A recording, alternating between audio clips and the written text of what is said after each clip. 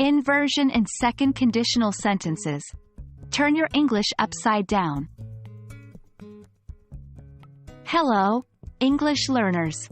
Today, we're diving deep into the world of second conditional sentences.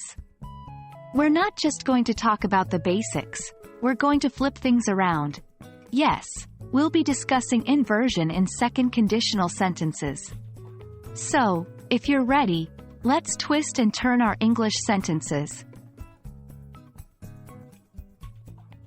Before we delve into inversion, let's briefly revise the second conditional structure.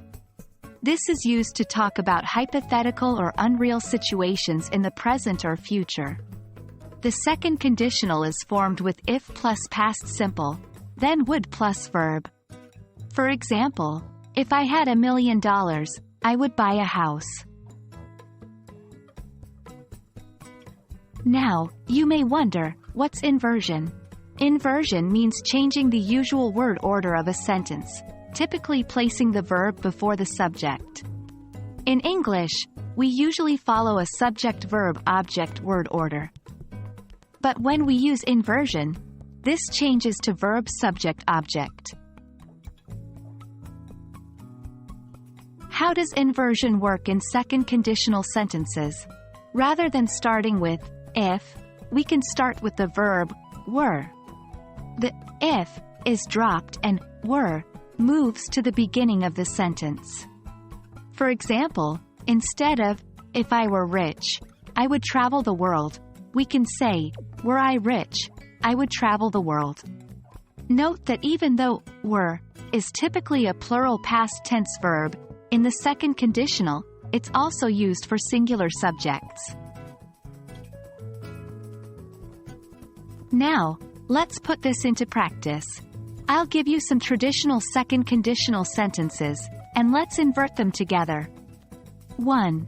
If you were a bird, you would fly, becomes, were you a bird, you would fly. 2. If he were taller, he would join the basketball team, becomes, were he taller, he would join the basketball team. 3. If we were in Paris, we would visit the Eiffel Tower, becomes, were we in Paris, we would visit the Eiffel Tower.